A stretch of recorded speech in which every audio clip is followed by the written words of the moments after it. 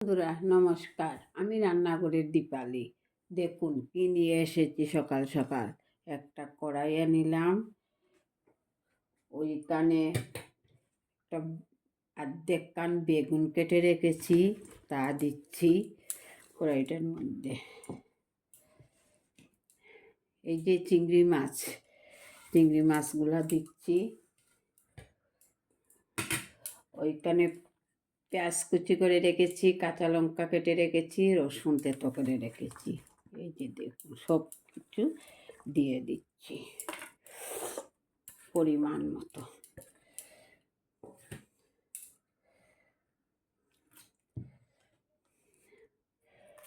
স্বাদ মতো নুন দিচ্ছি, পরিমাণ মতো এই যে হলুদের গুঁড়া দিচ্ছি। শিলপাটা দিয়ে এই যে শিলনোড়া দিয়ে বেটে রেখেছিলাম অল্প শস্য, তা দিয়ে দিচ্ছি। এই যে দেখুন বাটিটা দিয়ে অল্প জল দিয়ে দিলাম।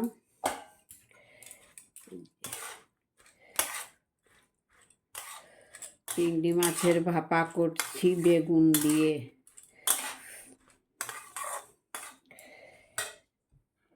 এবারে তেলটা দিয়ে দিচ্ছি।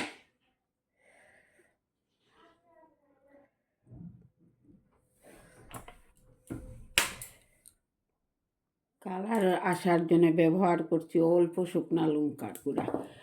পরিমাণ মতো আরও অল্প একটু জল দিতে হবে। এই যে দেখুন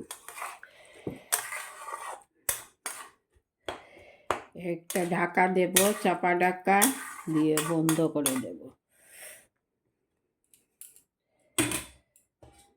এই যে একটা থাল নিলাম, চাপা ঢাকা দিয়ে উনুনে বসিয়ে নেব।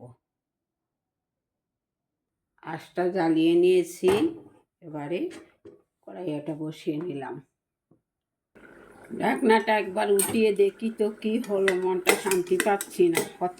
হচ্ছে কি ছোটোবেলা দেখতাম মা এইভাবে রান্না করতো, পাশে দাঁড়িয়ে থাকতাম। মার থেকে অনেক কিছু রান্না শিখলাম। আমার মা খুব ভালো রান্না করতো। এই যে দেখুন খুব সুন্দর হয়েছে। এবার ধনেপাতা দিয়ে দিচ্ছি উপরে। আমার এই রেসিপিতে যদি আমার কোনো নতুন বন্ধু এসে থাকেন, তাহলে আমার এই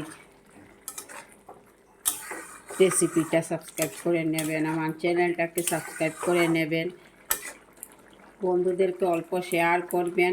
পুরো ভিডিওটা দেখবেন, কেটে কেটে দেখবেন না, তাহলে বুঝতে পারবে না কি হলো, রান্নাঘর দীপালি কি করলো। হয়ে আসতে কোথাও যাবেন না।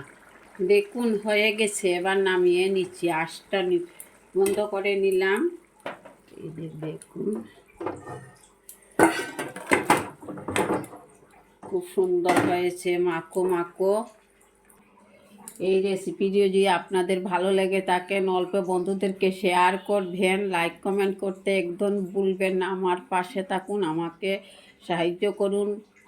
এই যে দেখুন চিংড়ি মাছের বেগুনের ভাপা রান্না করলাম আজ। নমস্কার বন্ধুরা, ভালো থাকুন, সুস্থ থাকুন। আগামী দিন দেখা হবে নতুন আরও একটা রেসিপি নিয়ে। নমস্কার।